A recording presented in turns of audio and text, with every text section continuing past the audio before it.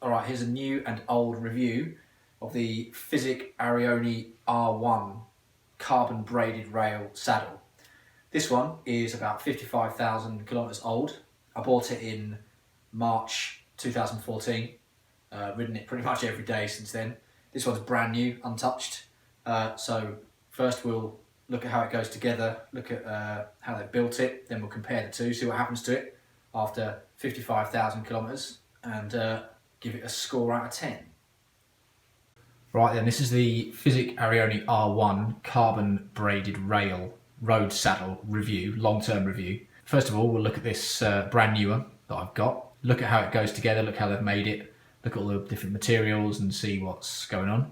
Then we're going to look at my old one, which is 55,000 kilometers old and has been through a fair bit of hammer. Okay, so here goes then. So it's a pretty long, flat saddle. It's got these things called wing flex slices on the side. I don't really know what they're supposed to do, but apparently they do something. They haven't done anything to my shorts, which is the main thing, which I was slightly concerned about. Look at the top then. It's got a sort of fake suede bit on this outer section. The middle section's a smooth fake leather, I guess. Look at the inside then, where all the magic happens. This bit at the back is a pop-out unit. It's got Fizik written on it. Here you can shove all sorts of Fizik-made accessories that fit this this shape, like lights, a saddlebag. I use a light that fits in here, made by Cat Eye. I think it's pretty good. Doesn't get in the way. Doesn't ever rattle around either, which is nice. These are the rails. They're the carbon bit. It's got this flat, thin carbon main section here, and then the fabric kind of wraps around the top and is glued on here. This rear section is the part that holds the rails in place. The rails go into this here. This is made up by this main section here going over the rail. It's kind of molded around, and then it's got an extra part which is bonded on, which sits on the top for this section to go into. And then finally it's got an extra part which sits around here, which is just a thin bit of plastic, which I believe is to hold everything in place and to hold the fabric in place as well. Looking at the front end, it's the same system here. The rails just go into this hole here, and then they're held together by this plastic bit. It's got a support down there for each rail, which is a pretty good touch. So that stops it flexing too much on the nose. So when your taint is right here, you know, you're going for it, it's not going to bend off and you're not going to lose your nuts on the top tube. And that's really it. It's 147 grams, which is pretty light, especially considering it's a fabric and, you know, soft covered saddle, which is very hard wearing and is comfortable to use. That's a really impressive weight, I think. So that's the brand new one. Let's swap this with a 55,000 kilometers old one so we can see what happens to it after you ride it a lot. Okay, so this is the 55,000 kilometers old one. At first glance, it looks pretty much the same as the brand new one. This is all in good condition. Nothing's come apart here. It's all held together very well. You can see a little tiny cut in this wingspan thing.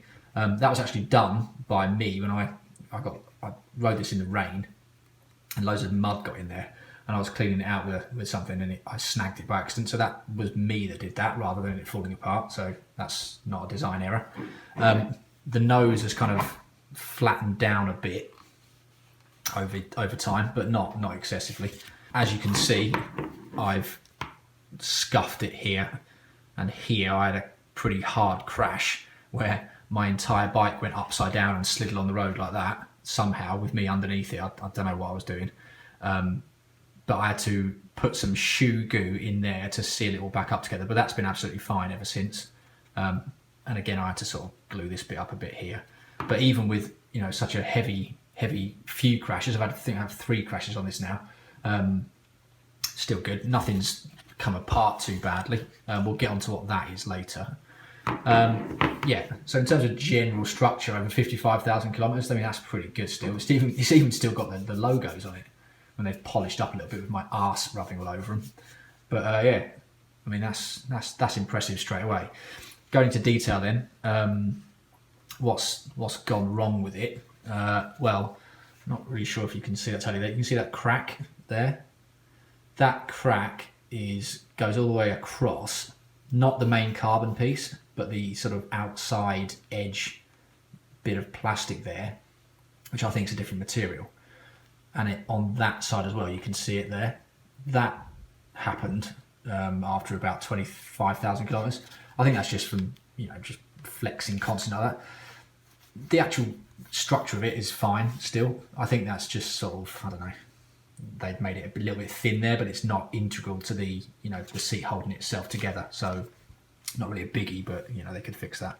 The main thing that's gone wrong with this, I mean, you can see all this stuff here, is that these rails, when they go into the seat, they're glued in place.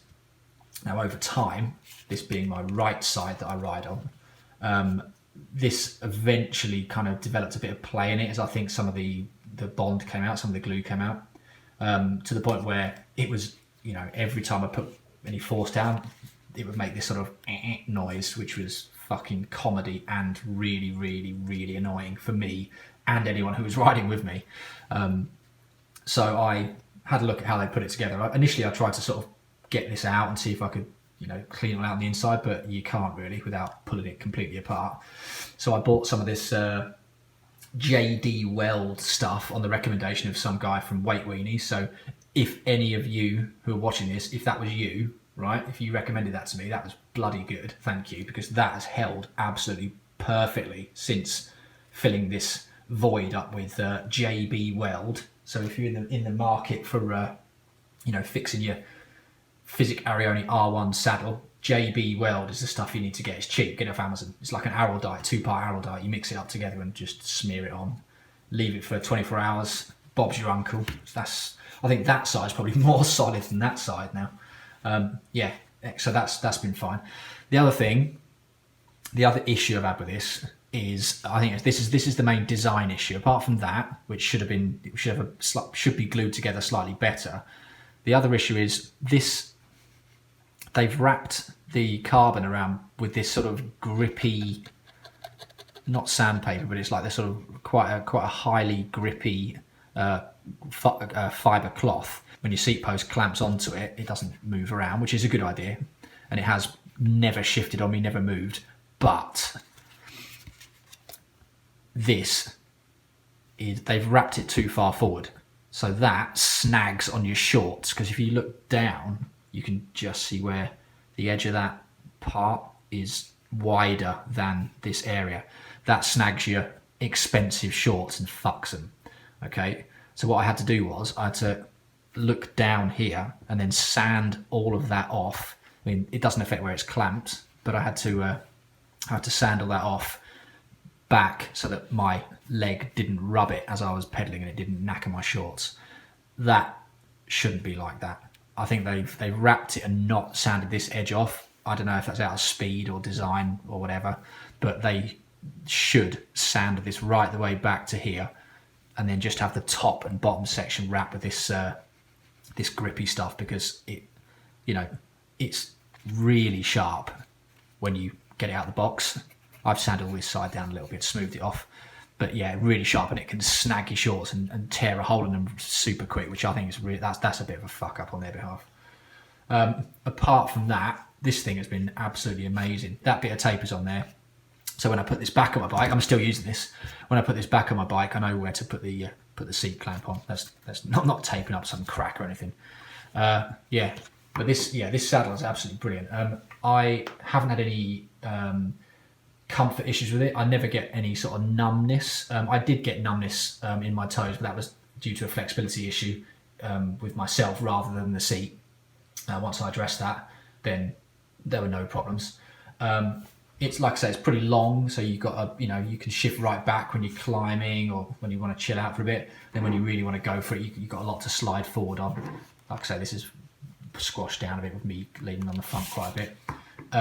The width is good for me. I mean, saddles are pretty personal, aren't they? But for me, that was really good. I didn't have any issues there with it being too wide or too narrow.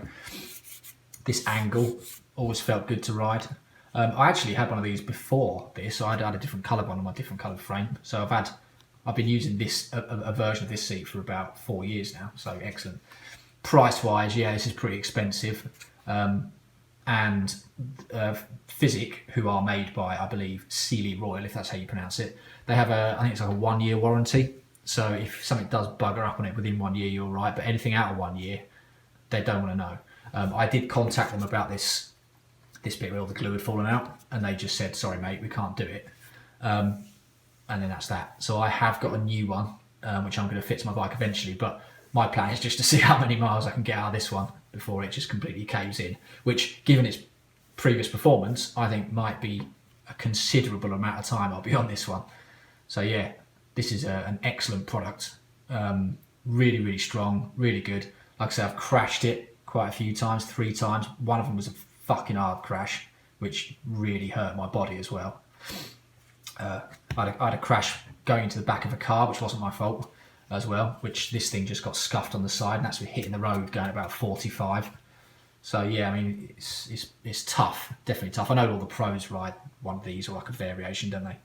Yeah. One thing to note as well, you see where that Fizik bit is sort of embossed into the bottom of the carbon. On the new one, that isn't there. I initially thought, oh shit, I bought a fake, but I think what they've done is they've slightly beefed up this section, this midsection here, to address the issue I had with this one, where it was cracking slightly. So they've added more material there to the middle section, which would have been made extra thin by this, embossed part here. But yeah, this is ace. So if you're in the market for a saddle like that, get one. I know that this is not the top of the range one anymore. They got this one called the R0 or something like that, and that's even more amazing. But this is bloody good. So yeah, 10 out of 10 for this, especially given all the abuse and the amount of kilometers I've put through it. So yeah, excellent.